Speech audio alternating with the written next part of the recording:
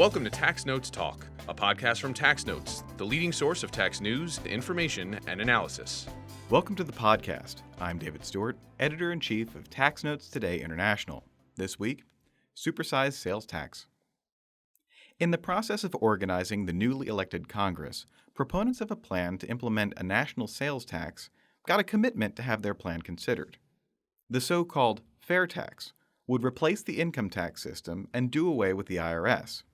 Now, this isn't a new proposal, but one that has been given new life. To learn more about it, first we'll hear from Doug Sword, a Tax Notes reporter who's been following this issue in Congress. Later, we'll talk with Tax Notes contributing editor Robert Goulder, who shares his thoughts on some of the design elements of the tax and challenges for implementing a national sales tax. Joining me now is Tax Notes Capitol Hill reporter Doug Sword. Doug, welcome back to the podcast. Hi, Dave. Thanks for having me. So could you first start off with some of the history of this fair tax proposal in Congress? Ever since there's been an income tax, there's been those who want to replace it with a national sales tax. Now, the newest version of this effort is the Fair Tax Act, which has been introduced in every single Congress since 1999, and always, interestingly enough, by a Georgia Republican. Now, none of these efforts have made it out of committee, though. Now, the bill that was introduced at the beginning of the new Congress by Representative Buddy Carter, a Georgia Republican, would eliminate income taxes, payroll taxes, and estate and gift taxes, along with the IRS. And it would pay for the federal government, including Social Security and Medicare, with a 30% tax added onto the price of goods and services. It would pay a monthly prebate aimed to cover the taxes of lower income families, and it would exempt property and services purchased for business purposes from the tax. Now, backers have said that they've been promised a floor vote as part of the deal that elected House Speaker Kevin McCarthy, and that it would be first ever on a national sales tax proposal. But that's not quite right, though it has been a long time since the House has voted on such a tax. A national sales tax proposal was shot down by the House in 1932 on a 223 to 153 vote. Now, where are the parties today on the sales tax idea? Yeah, this is a bill that appears to have no chance, even if it were to get wide support in the Republican caucus, which it doesn't appear to have. The Democrat-controlled Senate wouldn't touch it. The bill has been trashed by no less of a conservative personage than Grover Norquist at Americans for Tax Reform, who was quoted as calling the fair tax a, quote, political gift, unquote, to Democrats in a story where he was quoted on the news site Semaphore. And indeed, Democrats are jumping on this like it's red meat and portraying it as a plank of the Republican platform rather than a bill with limited GOP support. It's easily the top tweet in the Democratic Twitterverse the last week. There have been press conferences where Democratic leaders, including President Biden, have criticized it. And Democrats are generally portraying the bill's elimination of the income tax as a thinly veiled attempt to cut taxes on the wealthy. And they also claim it would undermine both Social Security and Medicare. This is kind of reminiscent of last year when Democrats jumped on Senator Rick Scott's proposal to make all Americans pay at least some federal income tax and to require all legislation, including Social Security and Medicare, to be reauthorized every 5 years. Even though Scott's proposal was roundly dumped on by Senator Mitch McConnell and other Senate Republicans, Democrats gleefully portrayed that as a mainstream GOP proposal, and now they're doing the same with the fair tax. Now, earlier you talked about there being a 30% tax on sales. I know that proponents of this are saying that it's a 23% tax. Why is there not agreement on what the rate actually is? Yeah, I'm pretty sure when I used that 30% figure earlier that any proponents listening would pretty much be yelling at their computers. But I was careful to say it's a 30% tax added onto the price of goods and services. What we have here is supporters say it's a 23% national sales tax, and that is the number that's in the bill. They say the correct way to compute the percentage is to divide the tax by the total amount paid for a good and service, and that includes taxes. So say you buy something for $100 and there's a $30 tax. The computation on this tax should be $30 divided by the full price paid, $130. That comes out to 23%. Proponents point out income tax rates are computed the same way. That is, the tax is divided by pre-tax, not after-tax income. But Democrats have everyday usage on their side. Everyone else comes up with 30%, a $30 tax divided by a $100 price on the good or service of what was purchased. Okay, now you're saying that this proposal likely doesn't have much of a chance. So why is it being brought up now? Well, after the week-long marathon of votes that eventually made Kevin McCarthy the House Speaker, it came out that the fair tax was one of the items discussed in negotiations with the 20 so-called conservative rebels who kept denying McCarthy the speakership. Now, a hefty portion of the backers of the fair tax bill include those rebels. Conservatives say that McCarthy promised to bring the bill to a floor vote, though House Freedom Caucus Chair Scott Perry, who is a co-sponsor of the bill, pointed out that another thing conservatives were pushing for was to make bills go through the regular committee process. So this bill wouldn't be coming directly to the floor. It would have to go through a committee first. So, do we expect a vote to actually happen? Well, as I said, House Republicans are returning to what is called regular order, which is a term used for the process we all learned about in the little booklet, How a Bill Becomes a Law. In regular order, a bill goes to a committee of jurisdiction where it is vetted and voted on. In this case, that committee would be House Ways and Means. So the bill would first have to get through Ways and Means, and that's going to be a problem for the sales tax backers. In the last Congress, Buddy Carter's fair tax bill attracted 30 co-sponsors. 0 from Ways and Means Republicans. This year's version of the bill attracted none of the returning 15 Republicans as co-sponsors. However, 10 Republicans were added to the committee to reflect the party's House majority, and one of those is a co-sponsor of the fair tax bill. Still, 24 Ways and Means Republicans are not co-sponsors.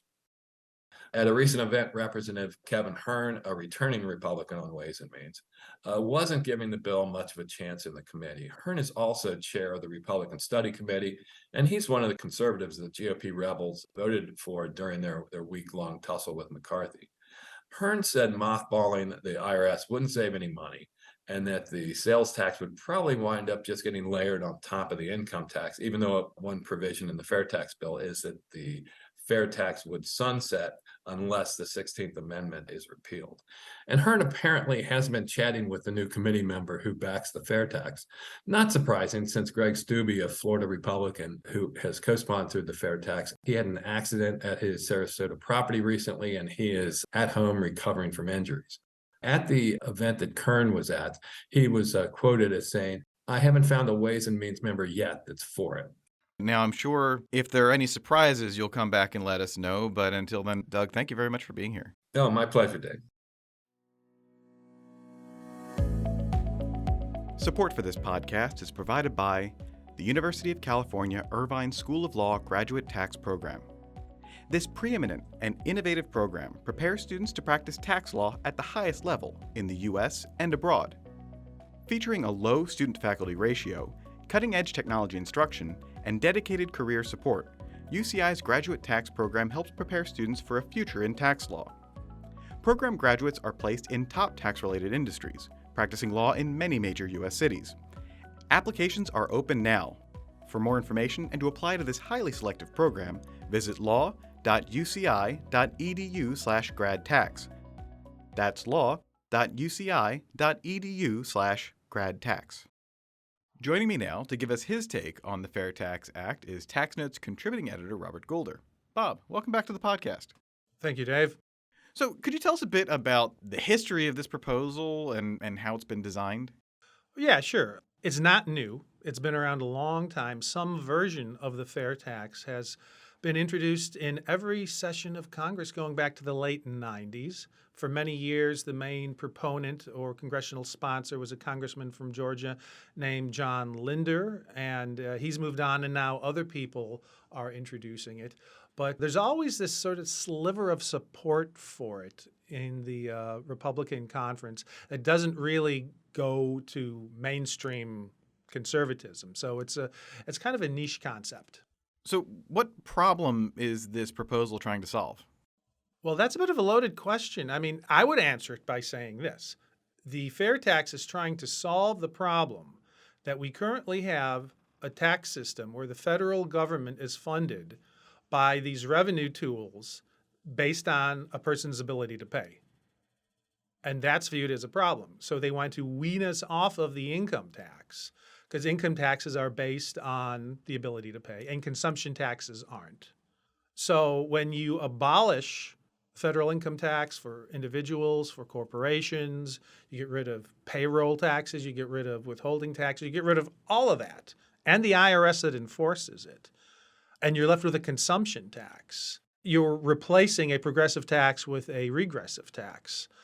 And that's the problem that it really solves. You look at the income tax, you have progressive tax rates. The more you make, the more you pay. They don't like that. In fact, if you get the book, there's an explainer. Basically, it's called the Fair Tax Book, co-authored by a talk show host, Neil Boritz, and Congressman Linder, who I mentioned before. The preface, they open up with material from Karl Marx in the Communist Manifesto, and this whole idea that a redistributive tax system is Marxist. So if you spoke to a proponent of the fair tax, they would say it's guarding against socialism. Okay, so if your goal is to get away from progressive taxation, what about the other proposal out there, the flat tax? Well, flat tax doesn't go far enough for these people. You could have a income tax where everyone pays the same rate, whether it's 18% or 23%, take your pick. You'd still be taxing labor. You'd still be taxing all of your taxable income. And the difference with the fair tax is that it exempts your personal savings. Really, any national level broad-based consumption tax is fundamentally different than an income tax because you're not taxing what people save. Think of it this way. Think of a mathematical formula. Your income equals your consumption plus your savings. And the difference with the consumption tax is you're exempting the savings. Okay, well, there's another aspect of this that I'm curious about, and you mentioned it in your earlier answer, that they want to abolish the IRS. Mm-hmm. Now, since this is a tax, how do they collect it? Great question. They've thought about that. They have an answer for it. I'm not sure it's a good answer, but what they would do is they would have the United States Treasury Department enter into contracts with state governments so that state governments would administer this national sales tax. And I think, 45 of the states currently have a state-level retail sales tax. So for those states, it wouldn't be a game changer because they're already enforcing a sales tax system. They would just need to add this to it. So they're still collecting tax from people who are selling things, goods or services. Now, the states probably don't want to do that. What's in it for the state governments? There's a mathematical formula whereby they get to keep a portion of the receipts that they collect. The proportion is currently 0.25%. So a quarter of 1% of all of the receipts a state, take our state, the state of Virginia, everything that they collect, they'd get to keep a share of it and then hand the rest over to the feds, the Treasury Department. So in theory, you could do that without the IRS.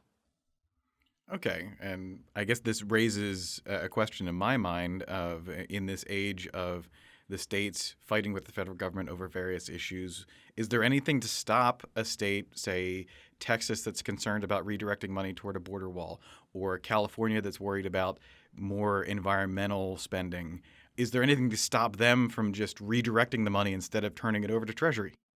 Well, that's something that would have to be settled in the contract. I mean, the fair tax talks about a contract between the federal government and the state governments where the states help administer the tax. Now, when you think of a contract, you think that it's a negotiation, right? How can you have a contract without the negotiation?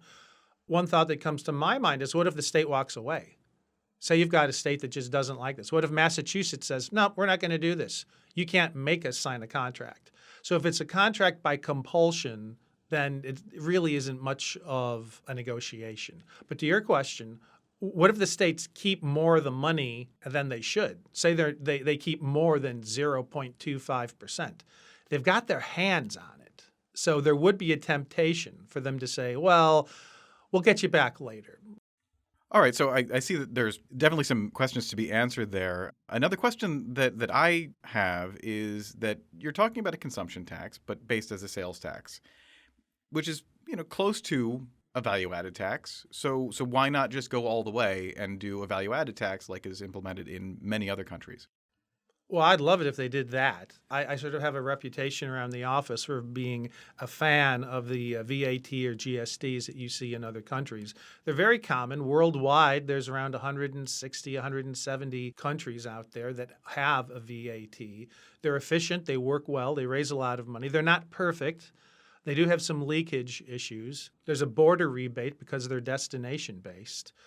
I think the real reason why the American conservative mindset doesn't like a VAT is that it just has a bad connotation. It gets a bad rap. For better or worse, there have been people for decades now who have been criticizing the VAT as a cash machine for big government. It has a huge revenue-raising capacity, and that's actually viewed as a bad thing. The fact that VAT is efficient at raising tax receipts works against it. They look at these European governments and they see, oh my goodness, the public sector is a huge share measured by GDP. Why would you want that? So they think that the VAT feeds big government. So it's got a bad association. But on the merits, there's a lot more to be said for the VAT than there is for retail sales tax. Just very simply, when you have a retail sales tax, you're not exempting business inputs. So you get cascading. You end up getting a tax on a tax on a tax rather than a tax on economic activity. Could you go into the differences between VAT and how a sales tax works? Absolutely, my pleasure. So with a basic sales tax, it only applies at the retail level. If you think of something like the shoes that you're wearing right now, there's a sophisticated stream of commerce that goes into all of those pieces being put together. And those are all contracts between suppliers, manufacturers, wholesalers, and eventually, through that whole series of transactions, it ends up on a store shelf, or in this day and age, a website if you buy it online. A retail sales tax is only imposed on that last stage in the chain of commerce, when it goes from the retailer to the final consumer of the pair of shoes. And that's true for everything throughout the whole economy, like a car, right? You would only impose a retail sales tax when you go to a car dealership and you buy the car. A VAT is incremental. It is imposed at every single stage of production. Anywhere where value is added, there's a proportional tax on that value added, measured by the difference in the sales price, the price that you pay versus the price that you charge out to the next person in the chain. All right, and so what's the advantage of doing it that way? The advantage of doing it that way is you get to deduct the VAT that you paid. If you're a middleman, if you're a wholesaler, you're buying from the manufacturer and you're selling on to the retailer, you pay a VAT when you get it, and then you charge a VAT to the next guy. And you get to deduct the VAT that you paid. All of your input VAT is 100%, I don't want to say deductible because it's not a deduction. It's a credit. It's a dollar-for-dollar credit. So you only pay on the differential between what you bought it for and what you sell it on for, because that price differential is an economic proxy for the value that's been added.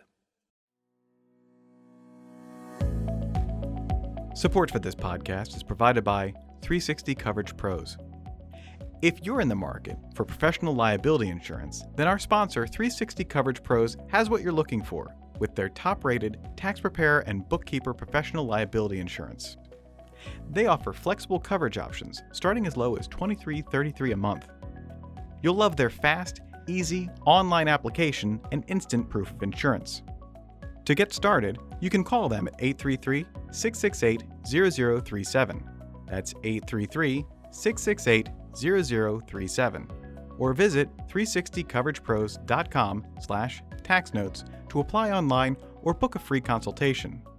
That's the number 360coveragepros.com/taxnotes. Okay, let's turn back to another issue that you brought up in one of your earlier answers, and that's about the question of regressivity. Does this tax, as it's planned, create higher burdens on lower-income potential taxpayers? Oh, sure. And I think that's sort of the point indirectly. Everybody knows that a consumption tax is regressive. All consumption taxes are like that. And all income taxes are progressive to the degree you have, graduated rates, where the rate goes up as you earn more income. There's really no doubt. Now, there is something that I will give them some credit for. With a consumption tax, a broad-based consumption tax, how do you at least try to mitigate the regressivity of the tax? Well, what countries with that do, which is kind of silly, is that they have multiple rates. So there'll be a discounted rate for so-called necessities. So vitamins or unprepared food from the grocery store, or children's clothes, diapers, school books. All those things will get a discounted rate. And then you have a basic rate. And even if you want to go further, you could have almost a luxury rate. So if you're going to something that isn't really necessary, say opera tickets or a visit to the tanning salon, they get a higher rate, with the idea being that you need to help poor folks by charging them a lower rate on necessities where they really don't even have a choice to buy the good. They have to go out and get that stuff. What I don't like about a consumption tax with multiple rates is that you inevitably get enforcement and compliance headaches because nobody knows what rate to charge. There's the example of Jaffa cakes, right? Is it a cake or a biscuit or a cookie? Because there's a different rate for each category of goods. Well, my goodness, I mean, common sense is just screaming to say, please give us a federal consumption tax with a singular rate. And the fair tax does that. There's just one rate. The introductory rate of the taxes would be 23%.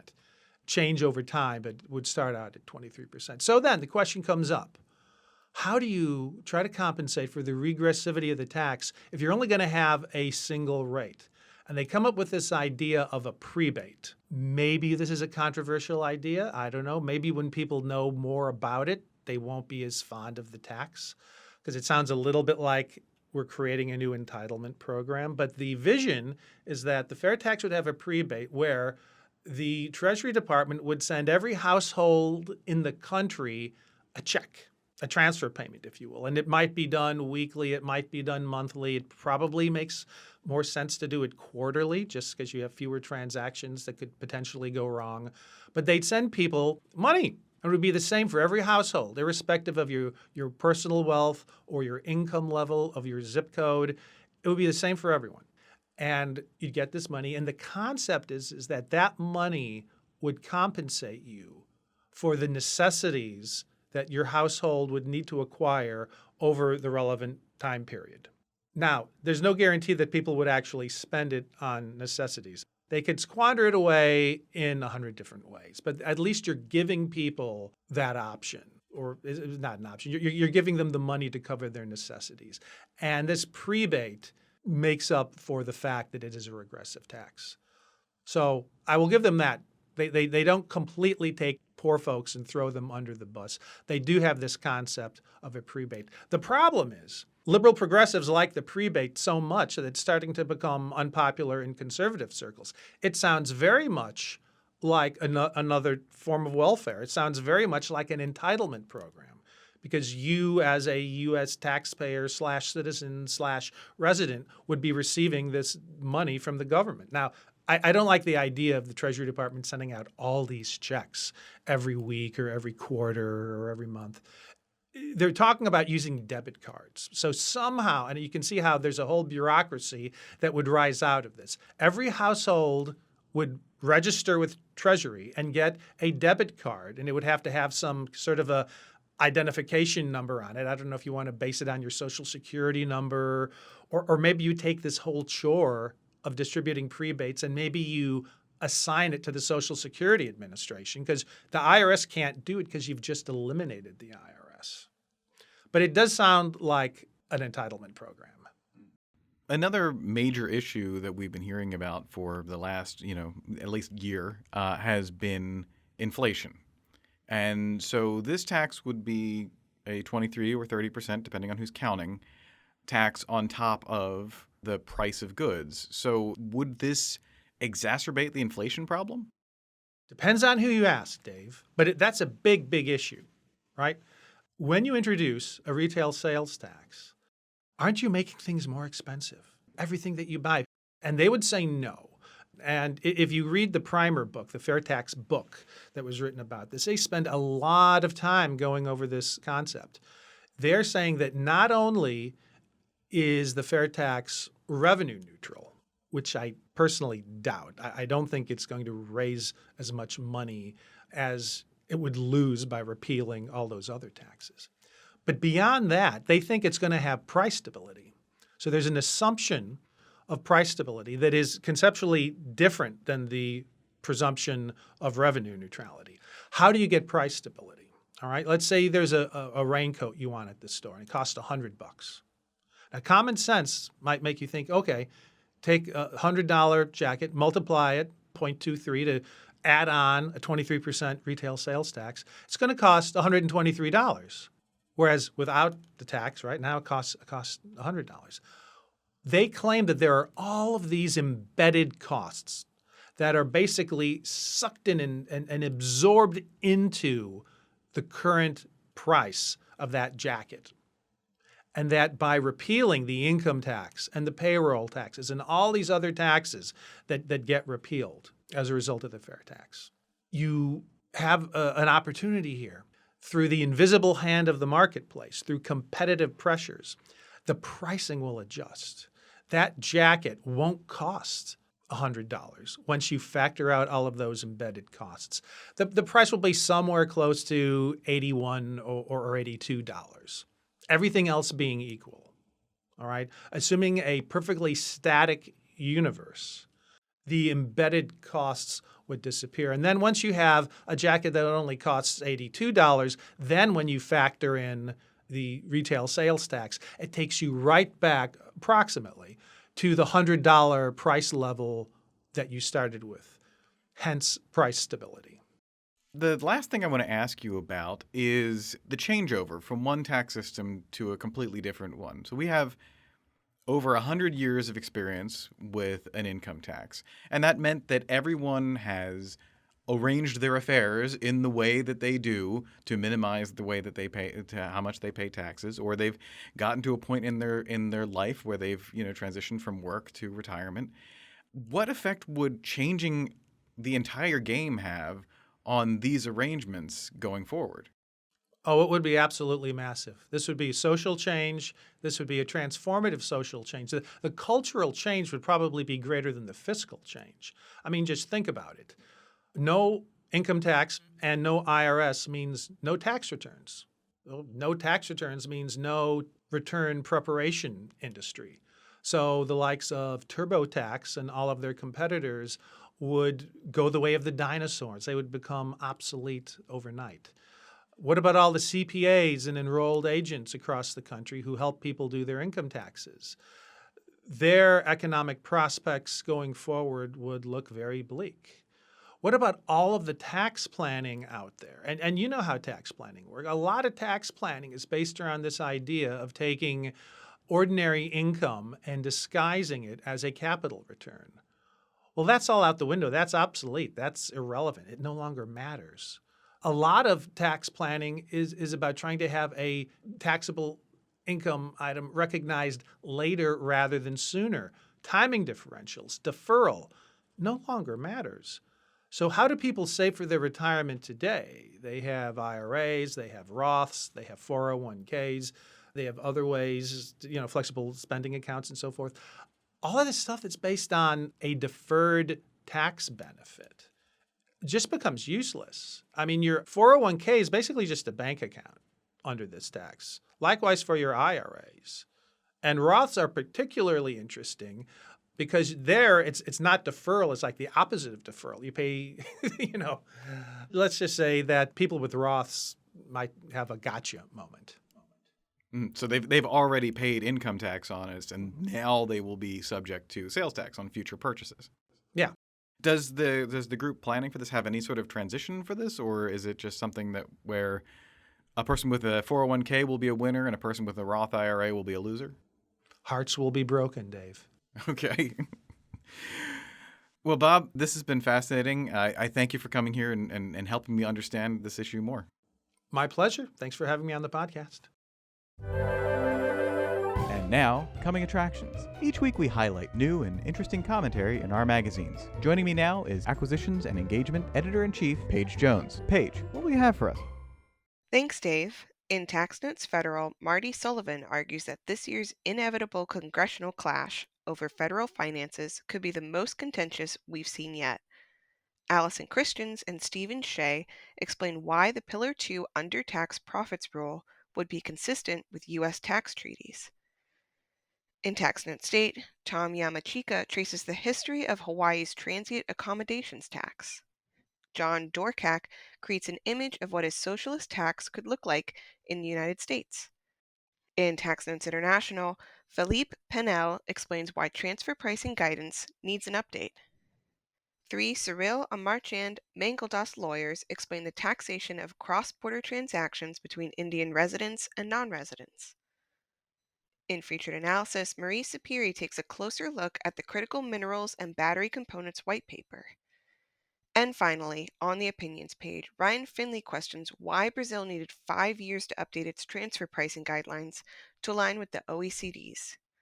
That's it for this week. You can follow me online at TaxStew, that's STEW, and be sure to follow at TaxNotes for all things tax.